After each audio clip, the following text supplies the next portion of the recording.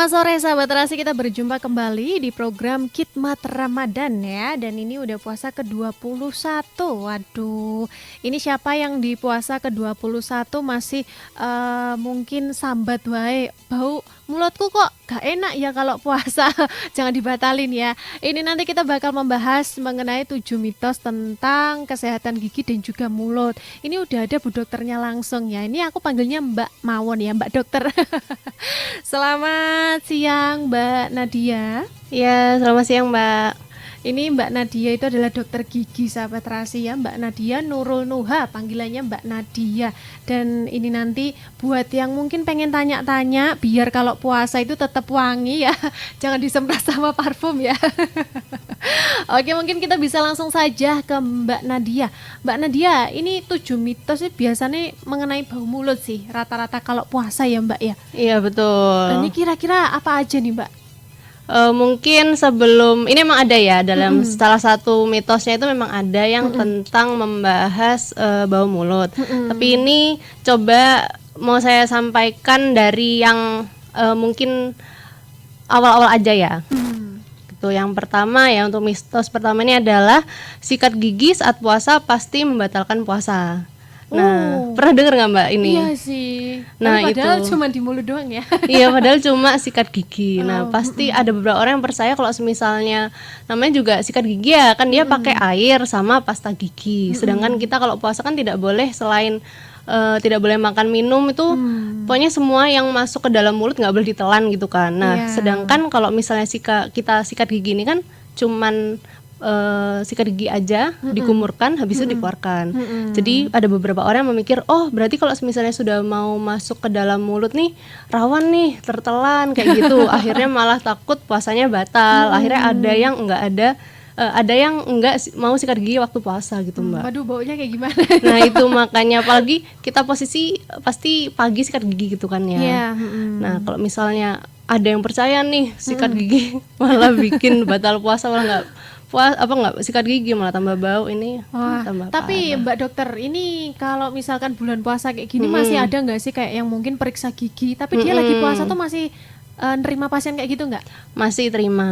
Oke. Nah itu juga nanti ada kok ini. Oke, Dia siap, masuk siap. di mitos yang selanjutnya Mas Ian. Oke, kalau gitu ya udah boleh lanjut lagi nih. Oke, setelah yang mitos pertama, yang kedua adalah ini nih yang tadi disebut sama Mbaknya. Bau mulut saat puasa berarti gigi tidak bersih. Kalau menurut Mbaknya gimana? Karena kita nggak makan aja sih sebenarnya. Toh kalau kita misal makan apa ya, sate kambing kan tetap aja bau kambing juga. Iya betul. Sebenarnya kurang lebih bener gitu sih ya penjelasannya ya. Tapi mungkin kalau misalnya mau lebih dijelaskan lebih lanjut lagi, nah ini kan waktu puasa kita kan otomatis nggak ada makan sama minum, nggak ada intake masuk gitu kan. Jadi otomatis pasti oteknya bakal berkurang. Nah itulah salah satunya menyebabkan produksi air liur berkurang. Gitu. Sedangkan air liur ini kan mungkin beberapa orang masih belum tahu gitu ya. Kalau misalnya air liur ini tuh salah satunya berfungsi sebagai menghilangkan bakteri yang ada di dalam mulut. Sedangkan bau mulut ini kan pasti dari bakterinya.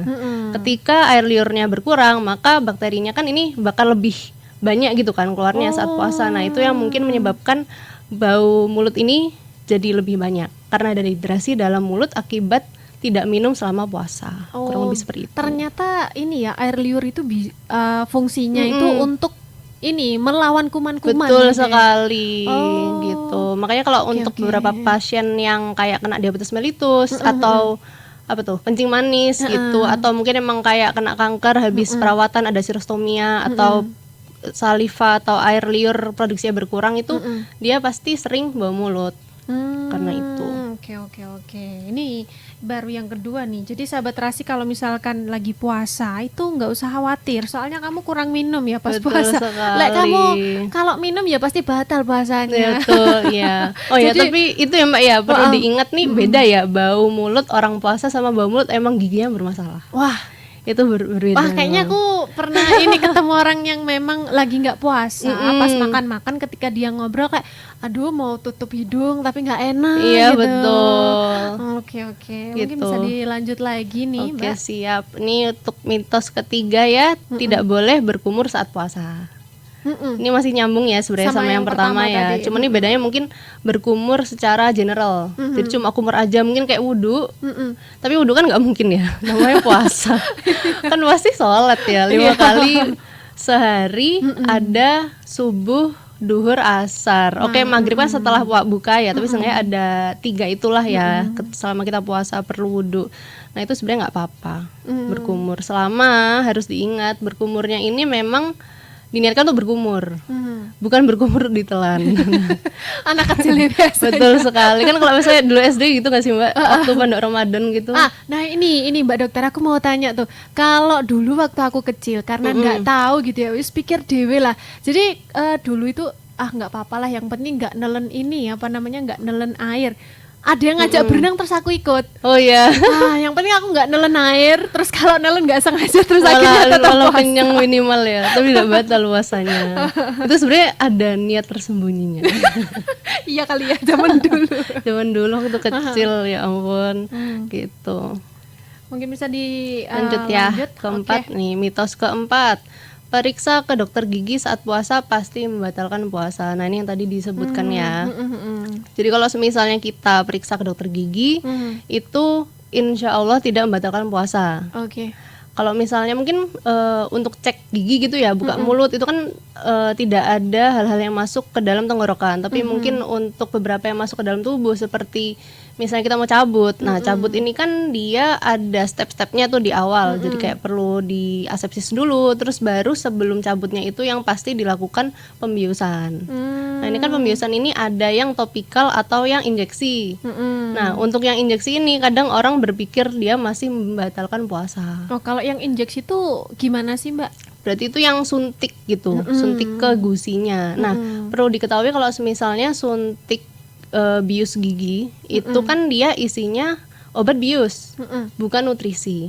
Dan disuntikannya di gusi, bukan masuk ke dalam saluran pencernaan. Jadi itu tidak membatalkan puasa. Nah kalau misal nih pas lagi puasa ternyata memang udah waktunya jadwalnya dia untuk periksa ke dokter gigi. Iya. Mungkin kayak dibersihin, kayak ada karang-karang giginya. Nah itu kan biasanya juga bikin gusinya berdarah. Nah itu kalau dia periksa terus ngebersihin gigi kayak scaling ya kalau Iya, nggak salah. scaling. Nah itu membatalkan puasa nggak sih Mbak? Kalau misalnya kayak gitu tuh enggak. Kan soalnya dia cuman membersihkan aja. Bukan memasukkan suatu hal atau cairan atau makanan ke dalam mulut, jadi masih aman. Oke. Makanya kalau misalnya kita scaling atau pembersihan karang gigi itu biasanya kan alatnya keluar air, bercampur dengan darahnya kan. Nah itu kita biasanya pakai suction atau penyedot air gitu. Atau kalau misalnya nggak ada suction itu pasti diminta pasien untuk kumur, untuk mengeluarkan darahnya sama airnya. Jadi insya Allah aman selama tidak sengaja ditelan. Oke. Gitu. Ini keempat tadi kalau periksa ke dokter gigi jadi aman. Pas Aman. pas jatahnya sahabat Rasi pas gigi ngilul tapi pengen tetap puasa ya cuma Iya, diperiksa aja boleh ya. Betul, Oke. aman-aman gitu. Dan ini keempat, mungkin lanjut lagi yang kelima ini. Betul. Nah, yang kelima nih masih nyambung nih Mbak. Tadi kan disebut gusi berdarah. Nah, ini mitos kelima, kalau gusi berdarah saat puasa berarti puasanya batal. Itu enggak. Kalau misalnya gusi berdarah itu kan namanya juga penyakit ya. Tidak bisa, mungkin bisa preventif di awal. Tapi kalau misalnya sudah terjadi kan ya sudah darahnya keluar gitu kan.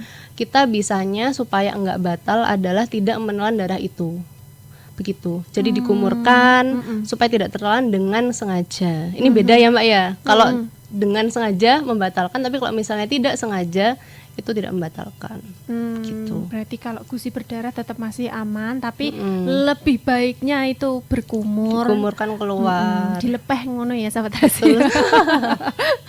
Oke, ini baru yang kelima, masih kurang dua lagi. Kita sebutin dulu aja ya satu-satu, dan nanti kalau sahabat Rasi mau tanya, boleh tanya di 081130200906. Silakan dilanjut Bu Dokter. Oke, siap. Jadi mitos keenam, lebih baik tidak sikat gigi sama sekali saat puasa. Aduh, baunya kayak apa ini? Bisa dibayangkan ya, Heeh. kita puasa saja sudah ada bau mulut gitu kan, karena tadi sudah aku sebutin kan ya, apa air liurnya berkurang, apalagi kalau nggak sikat gigi, wah itu apalagi baunya gitu ya, nggak bisa terbayangkan. Jangan dibayangkan sih. Dan jangan dialamin ini ya. Betul sekali. Soalnya kalau misalnya kita sudah puasa malah nggak sikat gigi, ini malah nanti terjadi penumpukan sisa makanan. Kan habis sahur kan ya, Iya. habis sahur makan ayam, wah keselolotan gitu kan, nggak lucu ya. Terus tertinggal di dalam mulut itu kalau misalnya nggak dibersihkan pakai sikat gigi, itu bisa bikin bau, tambah bau mulutnya. Selain itu sebenarnya ya untuk concern utamanya itu mungkin kalau bau mulut itu kan lebih ke apa tuh, estetik atau mungkin impresi ke orang lain gitu kan. Tapi kalau yang pentingnya itu sebenarnya untuk pencegahan supaya nggak gigi berlubang. Oh, Itu berarti. sama makanan yang nempel ke gigi tidak segera dibersihkan itu bisa bikin gigi berlubang. Nah, kalau sudah gigi berlubang pastinya semakin bau mulutnya. Ini biasanya yang punya gigi-gigi berlubang ini biasanya yang usianya udah lanjut nih Bu Dokter. Soalnya contoh aja kayak di rumah. Itu Gimana tuh nih, gimana nih? kalau di rumah tuh biasanya ya yang paling males sikat gigi biasanya adalah ibu sih. Kalau aku memang dari kecil itu sudah membiasakan diri ya, jadi nggak Alhamdulillah, diajari. Mbak, ya. Jadi sebelum tidur harus sikat gigi, Iya, bangun betul. tidur juga harus. Tapi kalau bisa ya mungkin habis makan coklat jangan sikat gigi, takutnya nanti ada bakteri apa gimana. Nah ini nih biasanya ibu aku tuh kok semakin kesini giginya itu semakin ya bisa dikatakan agak amburadul gitu ya. Iya. Itu apakah karena kebiasaannya yang jarang menyikat gigi apa seperti apa? Karena biasanya tuh habis buka terawih capek ngantuk ya Mbak Langsung ya. tidur. Oh, langsung tidur. Enak emang ya, bisa makan langsung tidur. Terus sih katanya nanti habis sahur, ya udah habis sahur tok gitu. Mm-mm. Itu gimana tuh Bu Dokter? Sebenarnya itu gigi amburadulnya mungkin kayak giginya banyak habis gitu ya, protol gitu. Iya, terus kadang kayak ada item-itemnya juga. Heeh. Terus kayak kerowaknya sedikit-sedikit Iya, habis itu heeh. habis hilang. Iya, itu sudah selalu itu dari dulu pasti prosesnya seperti itu. Itu pasti karena giginya berlubang. Nah, gigi berlubang ini kan sebenarnya ada banyak faktor ya. Cuman dari berbagai faktor itu ada beberapa yang pasti bisa kita kendalikan. Oke, Nah, apa salah aja satu yang bisa dikendalikan itu yaitu adalah kebiasaan menjaga kebersihan giginya dengan sikat gigi Oke. gitu. Sikat gigi itu sebenarnya kalau misalnya kita sudah mau mempelajari lebih dalam ya, itu nggak cuma tentang cara yang tepat sama waktu yang tepat. Nah, ini Mbak tahu nggak waktu yang tepat sikat gigi ini kapan aja? Setahu aku karena udah kebiasaan bangun pagi sama sebelum tidur sih. Nah, dari dua itu baru satu yang benar. Pasti mau tidur ya. Oh, yang mau tidur tuh malah yang benar. Oh, Itu yang benar malahan. Iya. Iya, sebelum tidur itu malah yang benar. Iya, yang benar. Nah, kalau sikat gigi yang benar itu sebenarnya cukup 2 kali. Itu adalah pagi itu setelah sarapan. Berarti kalau misalnya kita puasa Ramadan ini berarti setelah Setelah sahur. sahur sama sebelum tidur. Sebelum tidur itu yang wajib jip. Soalnya kan kita tidur itu kan nutup mulut lama. Itulah waktu paling pasnya bakterinya berkembang. Oh. Kalau misalnya posisi tertutup lama, bakterinya berkembang tapi nggak ada sisa makanannya, nah pasti kan nggak berlubang. Tapi kalau misalnya ada sisa makanan tersisa, itu pasti bisa bikin berlubang. Oke. gitu. Jadi untuk itu ya sahabat radio. Jadi jangan takut sikat gigi ya. Iya betul, nggak membatalkan kok selama nggak ditelen ya kumurannya. Oke, lanjut Bu Dokter. Oke, yang terakhir ya, mitos ketujuh adalah minum teh manis saat berbuka tidak berpengaruh pada gigi. Emang berarti berpengaruh dong. Berpengaruh. Sebenarnya ini kenapa aku menyebutkan minum teh manis ya? Soalnya kan mostly orang, apalagi Ramadan ya, buka puasa, apalagi buka bersama, pasti minumnya apa tuh?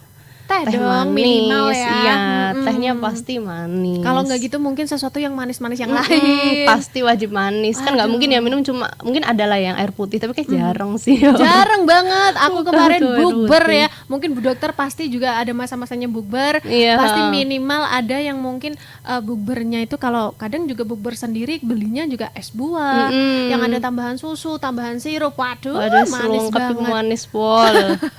Nah, itu sebenarnya lebih ke manisnya ini gitu. Oh, gulanya ini. Betul sekali. Oke. Soalnya kita kembali lagi ya, sebenarnya ini masih sambungan sih sama yang mitos ke-6 itu ya. Jadi penyebab gigi berlubang itu kan sebenarnya karena asam dalam mulut yang meningkat akibat aktivitas bakteri dalam mulut kita kan. Nah, yang menyebabkan bakteri ini beraktivitas itu adalah sisa makanan yang menempel. Nah, sisa makanan yang menempel ini biasanya mostly adalah yang manis-manis, yang lengket-lengket. Jadi kan karbohidrat tuh. Bakteri itu suka banget sama karbohidrat. Jadi ketika dia bertemu dengan karbohidrat kan memecah tuh, dipecah-pecah karbohidratnya mau dimakan soalnya. Nah, itu bikin asam, asamnya ini yang bikin giginya berlubang. Kalau misalkan dia mungkin maamnya yang tinggi protein tuh, kayak misal sayur, terus ada yang nyangkut, itu juga ada apa ya? Kayak sama kayak gula nggak sih efeknya? Sebenarnya tuh sama aja. Semua yang menempel pada gigi. Tapi kan namanya serat atau protein itu kan dia daripada karbohidrat ya, semacam nasi atau jagung itu kan dia lebih jarang menempel. Sedangkan kalau misalnya kita makan nasi itu pasti walaupun sudah terasa tertelan tuh pasti yang nempel banyak. Pertimbangannya sebenarnya cuma seperti itu aja. Tapi untuk secara dilihat secara keseluruhan tuh semua yang menempel di gigi kita, sisa makanan itu bisa menyebabkan gigi berlubang. Oke, jadi itu tadi ya sahabat terasi ya, sudah disebutin sama Bu Dokter 7 mitos ya. Betul jadi sekali. yang udah disebutin jangan dipercaya lagi, ini udah ada ahlinya loh, Bu Dokter gigi loh ya. Jadi untuk menjaga kesehatan gigi dan mulut tuh jangan percaya sama mitos-mitos itu. Dan nanti nih aku mau tanya, kalau puasa kayak gini gimana sih caranya untuk merawat kesehatan gigi dan juga mulut? Tapi ditahan dulu Bu Dokter, nanti kita akan kembali lagi setelah yang satu ini ya. Jadi untuk sahabat terasi jangan kemana-mana, tetap di Khidmat Ramadan. Dari Kota Magetan, inilah Rasi Media Inspiratif dan Informatif.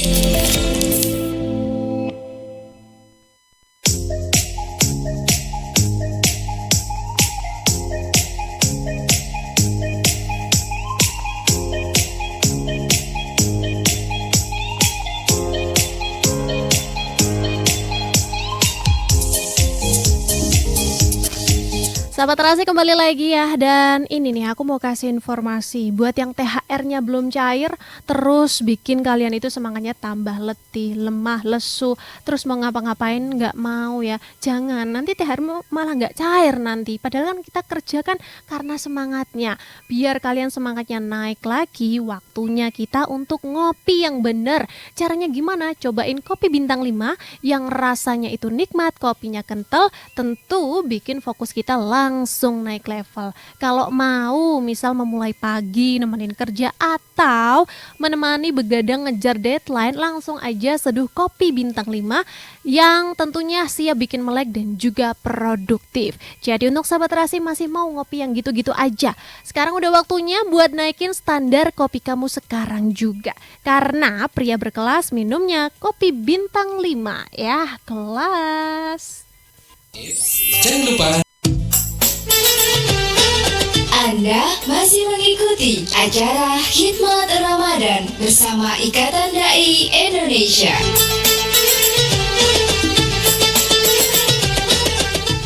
Sahabat terasi kembali lagi bersama Putri di Khidmat Ramadan dengan Salimah Magetan. Ini ada Dokter Nadia Nurul Nuha ya. Bu Dokter, ini aku mau tanya nih, dan bukan cuma aku aja sih. Kalau sahabat terasi mau tanya, nanti bisa langsung aja telepon di 0811 30200906 atau di 0351 896137. Nah, tadi kan aku udah bertanya nih mengenai gimana sih caranya Bu Dokter untuk ngerawat gigi dan juga kesehatan mulut saat berpuasa. Iya. Gimana tuh Bu Dokter? Nah, ini tipsnya berarti ya. Mungkin yang pertama ya, yang pastinya adalah sikat gigi. Oke. Kan kita harus menjaga kebersihan gigi dan mulutnya. Mungkin untuk yang awal ya bau mulut ya, tapi yang penting tuh adalah supaya kita menjaga gigi tidak berlubang. Oke. Kalau misalnya gigi berlubang apalagi waktu puasa, wah sakit semua giginya, malah nggak bisa buat makan. Puasanya kan pasti nggak lancar tuh. Jadi pastikan sikat gigi untuk Oke. waktunya ini berarti setelah sahur sama setelah berbuka. Atau kalau misalnya berbuka, apalagi ini kan sudah 10 hari terakhir Ramadan ya, pada itikaf tuh kan pasti jajan ya sepanjang malam. Pokoknya sebelum tidur deh harus sikat gigi. Oke. Gitu. Apakah hanya itu tipsnya nih Bu Dokter? Ada lagi nih, mungkin selain giginya ya, perlu membersihkan lidahnya juga. Oh. Soal lidah tuh sebenarnya kan mungkin nggak banyak orang tahu ya, kalau misal lidah itu kalau misalnya nggak dibersihkan itu bisa kotor. Makanya ada yang namanya kotetang. Kotetang ini tuh apabila ada sisa-sisa makanan yang menempel di lidah kita. Ada beberapa kondisi yang menyebabkan dia akhirnya nggak bisa bersih walaupun sudah berkumur. Nah itu perlu dibersihkan pakai ada alatnya. Oke. Kayak ada apa tuh namanya, lupa deh namanya, pokoknya ada kerokan buat lidah. Nah Oke. itu mungkin diperlukan juga kalau misalnya membersihkan gigi ini masih kurang gitu, bisa ditambah dengan membersihkan lidah. Terus mungkin selain itu ya, selain lidah mungkin yang lebih penting sih benang gigi. Tahu benang gigi Mbak? Tahu. Dental floss itu sebenarnya penting sih kalau menurutku ya. Kalau bisa ditambahkan setelah melakukan sikat gigi. Soalnya sikat gigi itu kan permukaan gigi aja. Nah, sedangkan nggak semua orang itu permukaan giginya kan rata ya. Ada beberapa orang yang ada giginya maju, ada yang mundur. Nah, itu kan bikin nggak semua permukaan gigi itu kena waktu sikat gigi. Nah, kita perlu menambah kebersihan giginya itu dengan membersihkan pakai dental floss, Atau benang gigi benang tadi gigi ya. itu. Jadi dimasukkan ke sela-sela gigi. Soalnya kan seringnya masukkan di sela-sela gigi tuh. Kalau misalnya dia nggak tercangkup dari sikat gigi, kita pakainya dental floss. Susah banget tuh biasanya kalau di Iya, sela-sela. betul Kalau sekali. misalkan ngebersihnya itu pakai tusuk gigi tuh gimana? Kalau tusuk gigi itu sebenarnya tidak direkomendasikan ya. Soalnya kan tusuk gigi yang kita beredar di luar itu kan mostly adalah kayu. Sedangkan kayu ini kan kita nggak tahu nih steril atau enggak. Mungkin ada opsi lain tuh adalah plastik. Kan banyak yaitu di Indomaret, Alfamaret kayak gitu, toothpick gitu yang dari plastik. Itu sebenarnya tidak tetap lebih direkomendasikan pakai benang. Kenapa? Soalnya kalau misalnya kita pakai tusuk gigi ini kan besar ya kalau dibanding sama benang. Sedangkan sela-sela gigi kita itu normalnya itu nggak sampai 1 senti, nggak sebesar tusuk gigi. Takutnya kalau misal ditusukkan ke dalam gusi itu malah bikin infeksi. Kan kita nggak tahu ya, ini sisa makanannya yang dibersihkan pakai tusuk gigi ini apakah keluar atau malah tambah masuk. Kalau keluar ya alhamdulillah ya kan Iya. dibersihkan. Tapi kalau misalnya masuk ini biasanya yang bikin infeksi malah. Wah, aku pernah juga tuh ngalamin kayak gitu. Aku sogok-sogok pakai tusuk gigi, ternyata malah semakin Tambah masuk ke susah tambah dalam. masuk. Waduh, kalau itu biasanya pasti bengkak gusinya. Kalau aku sih nggak bengkak, biasanya cuman gusinya berdarah doang. Cuman ya emang kayak besok baru kayak dia keluar sendiri gitu. Oh iya, emang gitu. Itu sebenarnya alhamdulillah loh Mbak, bisa keluar tanpa ada keluhan. Soalnya dulu ada beberapa orang, kan tiap imun orang beda-beda, itu bisa sampai bengkak. Kalau udah bengkak itu wah sakitnya Masya Allah, sampai abses gitu ada juga karena dia membersihkan giginya pakai tusuk gigi. Sama ini nih Mbak, kalau misalkan pakai tusuk gigi itu benar nggak sih? Ini mitos atau fakta mungkin bisa dikonfirmasi, bisa bikin giginya itu semakin renggang, betul nggak sih? Kalau renggang sih kayaknya nggak sebegitunya ya, soalnya kan untuk menggerakkan gigi itu perlu kekuatan yang besar gitu. Makanya kenapa kalau misalnya kita mau giginya renggang, mau dirapikan kan kita pakai behel Oke. atau kawat ortodonti. Nah itu sangat kencang itu tekanannya baru bisa gerak. Jadi kalau misalnya cuma pakai tusuk gigi sih kayaknya nggak mungkin ya bisa menggerakkan gigi sampai sebegitunya. Mungkin bisa menyebabkan giginya terkikis. Kalau misalnya posisi giginya rapuh, jadi udah rapuh terdorong-dorong tuh wah lepas, mungkin karena giginya terkikis akhirnya tampak jaraknya lebar kan. Nah mungkin itu sih yang mengira orang bikin dia berjarak kalau pakai toothpick gitu.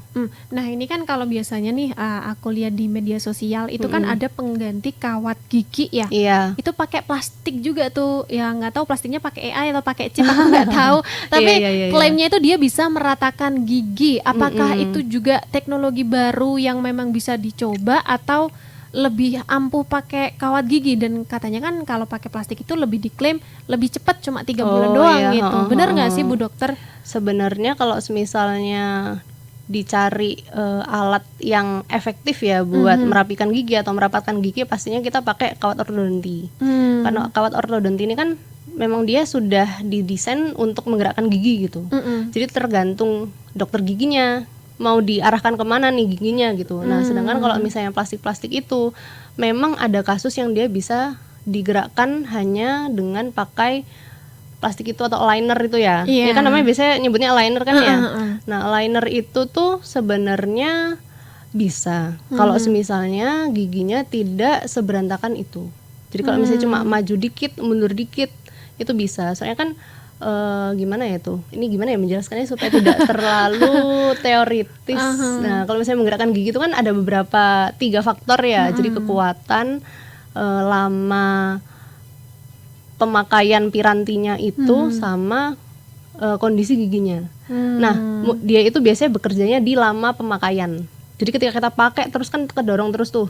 Soalnya liner itu cara kerjanya adalah dia membentuk posisi gigi yang benar.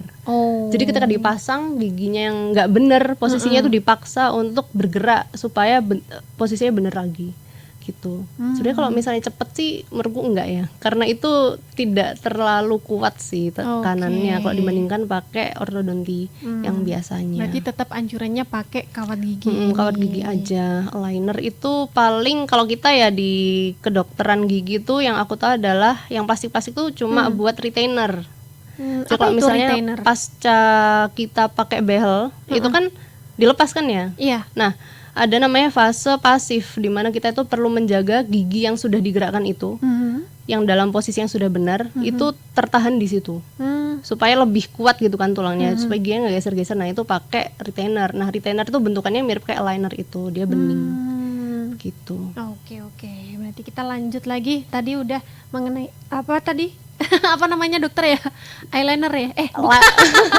Tuh kan. Liner apa tuh membersihkan gigi, merapikan gigi yang berantakan ya. Itulah ya sahabat terasi. Nanti aku salah lagi ya, bukan buat gigi tapi buat mata. Waduh.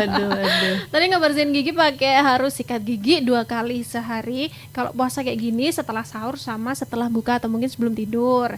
Kemudian yang kedua tipsnya adalah menggunakan benang gigi. Ini masih ada tips yang lain nggak dok? Kalau misalnya dilanjut bisa. Lanjut mau aja lagi? dok. Okay. Soalnya kalau kayak gini banyak yang ngeluh nafasnya bau gitu kan. Biar nafasnya minimal nggak bau betul, lah betul. ya. Gimana nih dok? Nah ini mungkin sebenarnya ini semua masih berlanjut dari yang mitos-mitos tadi ya. Kan tadi sudah dijelasin kalau misalnya bau mulut itu terjadi karena mulutnya kering. Jadi saliva atau air liurnya berkurang. Nah ketika kita sudah berbuka puasa, kalau bisa perbanyak minum air. Airnya ini kalau bisa air putih. Gitu. Kan ada anjuran kalau misalnya rata-rata orang sehari minum harus 2 liter. Nah itu kalau bisa dipenuhi. Nah kalau ngomongin soal air nih dok, nah kita kan memang 2 liter sehari ya, itu yang dianjurkan. Nah kalau misalkan nanti 2 liternya bukan air putih doang, misal 1,5-nya air putih, yang 1/2 liternya mungkin air apa ya, yang mungkin ada rasa-rasanya, ada gulanya, kayak es teh atau apa, itu termasuk nggak sih? Sebenarnya itu ini ada banyak pandangannya ya mbak ya sebenarnya. Ada yang bilang 2 liter itu pokoknya air aja yang masuk ke dalam mulut. Soalnya itu kan pengganti cairan yang keluar dari tubuh kita gitu. Tapi sebenarnya loh ya kalau misalnya disamakan nanti jangan-jangan orang 2 liter ini ya udah deh aku minum es teh 2 liter. Waduh. Nah itu kan salah. Nah makanya banyak orang bilang 2 liter itu air putih aja gitu. Kalau bisa sih dibanyakkan saja. Kan 2 liter ini sebenarnya minum susah juga ya. Apalagi puasa cuma dari berbuka jam 6 terus puasa lagi jam 4 kan cuma berapa jam, nggak sampai 12 jam kan. Kalau bisa sih malah dibanyakkan air minumnya aja yang putih. Soalnya kalau langsung biasanya kan kemarin sama ustazah tuh dianjurin nih Bu Dokter. Dianjurin tuh kalau misalkan sahurnya 2 gelas, nanti pas bukanya 6 gelas. Nah ya gitu. itu. Tapi kadang orang-orang bilangnya gini, oh aku kayak sapi, rasanya dicombor gitu. Karena mungkin tidak terbiasa. Kejar-kejaran ya minumnya. Oke, lanjut tips yang keempat. Nah tips yang keempat itu adalah yaitu ya membatasi makanan manis. Nah ini sebenarnya kalau misalnya dipikirkan secara dalam segi puasa ya, manis itu kan kalau misalnya kita makan atau minum manis kan pasti otomatis dia cepat kenyang. Nah kenyang ini nih yang bikin bermasalah kalau puasa. Entah itu jadi bikin ngantuk kan, karena ngantuk habis makan tuh harusnya sholat raweh malah ketiduran kayak Oke. gitu. Nah kalau dari sisi giginya, kalau misalnya kita terlalu banyak makanan manis, itu kan pasti otomatis banyak karbohidrat yang nempel di gigi kita. Nah itulah yang bikin resiko gigi berlubangnya semakin meningkat gitu. Jadi kalau bisa dikurangi makanan manisnya. Oke. Kalau udah terlanjur ada gigi yang berlubang, mungkin rasa-rasa ngilu, atau mungkin gigi berlubang tapi mungkin dia nggak terlalu kecil mungkin ya Iya. bolongannya nih, apa namanya dokter, terus dia nggak merasakan sakit gitu, Iya. terus dibiarin gitu aja, gimana Bu Dokter? Nah ini tuh sebenarnya namanya juga tubuh manusia ya, wallahu alam. Tiap orang tuh beda-beda. Ada yang ketika dia baru berlubang sedikit aja itu langsung muncul tanda-tandanya. Nah kita perlu tahu ya, tanda-tanda gigi berlubang itu yang pertama adalah ngilu ketika makan yang dingin, makan minum dingin. Oke. Jadi kayak ngeletak es batu atau lagi minum es teh kayak gitu dia mulai ngilu. Terus dari penampakannya, visualnya dilihat. Kalau misalnya udah kelihatan item-item, coklat-coklat di permukaan gigi, nah itu tanda-tanda dia sudah mulai berlubang. Cuman ini enak kalau ketahuan ngilunya. Soalnya banyak orang nggak nyadar, nggak ngilu tapi sudah mulai hitam, tahu-tahu sudah terlalu dalam. Nah itu yang sakitnya pasti terasa ketika udah sampai sarafnya Waduh, gitu. ini kalau misalkan periksa gigi itu berapa bulan sekali sih Dok? Kalau misalnya standarnya ya ini harus diingat, ini standar kalau misalnya giginya sehat. Oke. Itu kalau misalnya giginya sehat itu adalah 6 bulan sekali, jadi setahun 2 kali Oke. gitu. Check up pun biasa nggak apa-apa. Yang jelas kan kita yang pasti perlu kan pembersihan karang gigi atau scaling, itu perlu rutin. Biasanya kalau di puskesmas tuh ada kayak gitu nggak sih? Kalau misalnya di puskesmas ada kan, ya bisa scaling juga. Bahkan sekarang kalau misalnya setahu aku ya, terakhir kali aku cek pemeriksaan gratis, itu bisa scaling gratis setahun sekali kalau nggak salah. Jadi mungkin coba ditanyakan aja ke puskesmasnya masing-masing gitu. Oke, siap. Membatasi makanan manis. Terus biasanya kan kalau habis makan ada Iya. yang tersisa nih. Apakah sariawan itu juga penyebabnya makanan-makanan yang nggak ini, Bu Dokter? Nggak terbersihkan gitu? Oh ya, nggak terbersihkan, nggak secara langsung ya sebenarnya. Sebenarnya sariawan ini kan ada 2 faktor biasanya. Kalau nggak faktor dalam yaitu nutrisi, yang kedua itu eksternalnya atau kondisi giginya. Nah biasanya itu penyebabnya tuh kalau misalnya dia ketusuk-tusuk gigi yang sudah mungkin kasar atau gigi yang terlalu tajam. Nah gigi terlalu tajam nih kenapa? Kita perlu dilihat nih. Biasanya penyebabnya itu adalah karena giginya sudah berlubang. Gitu. Kan berlubang mengikis gigi, permukaan giginya jadi enggak rata kan, tertusuk-tusuk tuh pipinya atau bibirnya. Nah itu akhirnya iritasi, jadilah sariawan. Oke, terjawab. Sama satu lagi nih Dok, berkaitan sama kotoran dalam gigi yang mungkin Iya. masih bersarang. Aku tuh pernah ya beberapa waktu yang lalu, mungkin tahun lalu lah, menelan itu sakit. Iya. Nah setelah aku cek dan aku ngaca, aku kira itu sariawan di lak-lakan gitu Dok. Nah setelah aku cek lagi ternyata itu semacam kayak gigi gitu loh, keras. Iya. Dan setelah aku periksa ke puskesmas ternyata itu adalah batu amandel. Oh, batu amandel. Nah itu Iya. teksturnya apakah sama dengan gigi? Kenapa bisa terbentuk seperti itu Dok? Iya, soalnya batu amandel atau tonsil stone itu kan tonsilitis ya Mbak ya berarti ya. Nah itu tuh disebabkan oleh infeksi, kan itu pasti penyebabnya infeksi. Bakterinya itu dia menyebabkan terkristalisasi. Jadi bentukannya putih-putih itu kayak gigi tuh karena dia terkristalisasi di dalam apa tuh namanya, tonsilnya situ. Nah kalau dilihat kan gigi itu sebenarnya adalah mineral yang terkristalisasi. Makanya kenapa dia seperti itu, kurang lebih gimana tuh bahasanya, bahannya sama. Mungkin kayak gitu ya. Oh, berarti apakah gara-gara sikat giginya kurang rutin? Apa Oh, itu mungkin bisa bakteri? penyebabnya. Untuk penyebabnya sendiri? Bisa jadi. Soalnya itu kan berarti ada infeksi, ada bakteri yang di dalam mulut. Nah kita perlu lihat dulu kan, ini dari mana nih infeksinya, bakterinya, apakah dari giginya? Kan namanya satu mulut kan satu apa namanya, satu saluran kan Mbak ya. Iya, Nah bisa jadi dia ke belakang kayak gitu. Bisa juga muncul karena imun sedang turun. Oh. Kayak gitu. banyak faktornya ya, Dok Banyak ya. faktornya, iya. Dan aku malamnya itu kan besoknya tuh harus ke puskesmas untuk ngambil itu, nunggu dokter giginya. Pas malam nggak tahu mimpi apa gitu ya. Kayak rasanya nelen batu aja. Iya. Kayak kerasa itu aman nggak kalau ketelen? Kalau spesial ketelan sih insya Allah aman ya, kan pasti semuanya dihancurkan oleh asam lambung. Cuman kan tidak harus selalu tertelan terus ya, kan kita harus mengambil nih. Lebih baik diambil, dikeluarkan saja gitu. Kalau misalnya ditinggal tertelan tuh pasti nggak Pak sampai bersih sih itu dental soul-nya apa namanya, batu amandelnya itu. Oke, baik kalau begitu Bu Dokter, kita lanjut ke tips yang kelima nih. Ada tips apa lagi biar mulut kita nggak bau saat puasa? Nah mungkin ini buat alternatif aja ya mungkin ya, kalau misalnya belum sempat sikat gigi, kita bisa minimalisir bakteri-bakteri, minimal sisa makanan lah ya. Sisa makanannya supaya nggak banyak yang menempel di gigi itu adalah dengan berkumur setelah makan. Gitu. Jadi kita interseptif sebelum sisa makanannya ini menumpuk terlalu banyak sampai ketemu bakteri, kita kurangilah ya sisa makanannya ini dengan berkumur setelah makan. Gitu. Nah, sama ini nih Bu Dokter, mungkin gak sih? Gimana? Ini, jadi ada yang tanya juga, kalau misalkan kita lagi dehidrasi, ya kan? Terus kita memilih biar mulut kita nggak bau, kan kita mungkin ada yang memilih untuk berkumur ya. Iya. Nah, kalau misalkan kita lagi dehidrasi dan memilih untuk berendam di air dingin, apakah bisa mengurangi dehidrasi, Bu Dokter? Dehidrasi Berendam air ini dingin. berendam ini maksudnya badannya? Mungkin badannya atau mungkin keceh-keceh gitu loh, Bu Dokter. Keceh-keceh. Sebenarnya kayaknya kalau keceh itu bukan dehidrasi ya, mungkin dia terlalu kepanasan mungkin ya. Kalau emang beneran sampai berendam gitu, Iya. apakah bisa Ngefek ngebantu? apa enggak gitu ya? Kalau sebenarnya kalau dehidrasi itu enggak ya, karena dehidrasi itu kan tanda-tanda kalau misalnya tubuh itu kekurangan asupan cairan gitu. Jadi kalau misalnya di luar kan keceh kena badan doang, tapi kan dia nggak masuk, itu nggak mengurangi sih. Mungkin cuma mengurangi kalau misalnya dehidrasi itu kan biasa diikuti dengan apa tuh namanya, kepanasan, overheat, kayak gitu.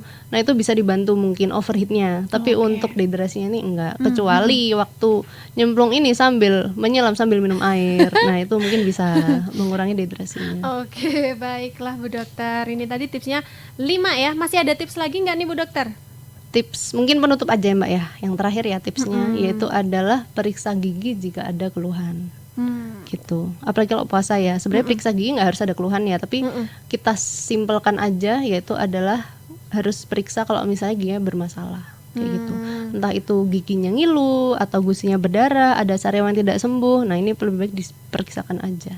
Oke, baiklah kalau begitu ya. Dan sahabat Terasi, jika ingin bertanya ya berkaitan dengan kesehatan gigi dan juga mulut, mumpung ada Bu Dokter, silahkan aja langsung gabung di 0811 3020 906 atau di 0351 896 137. Dan sahabat Terasi juga bisa tonton visualnya lewat aplikasi X-Space Radio atau bisa juga lewat website di www.rasifm.co.id. Nanti kita akan kembali lagi setelah yang satu ini.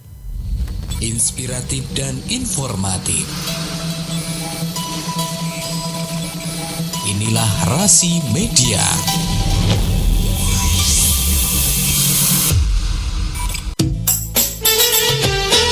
Anda masih mengikuti acara Khidmat Ramadan bersama Ikatan Dai Indonesia.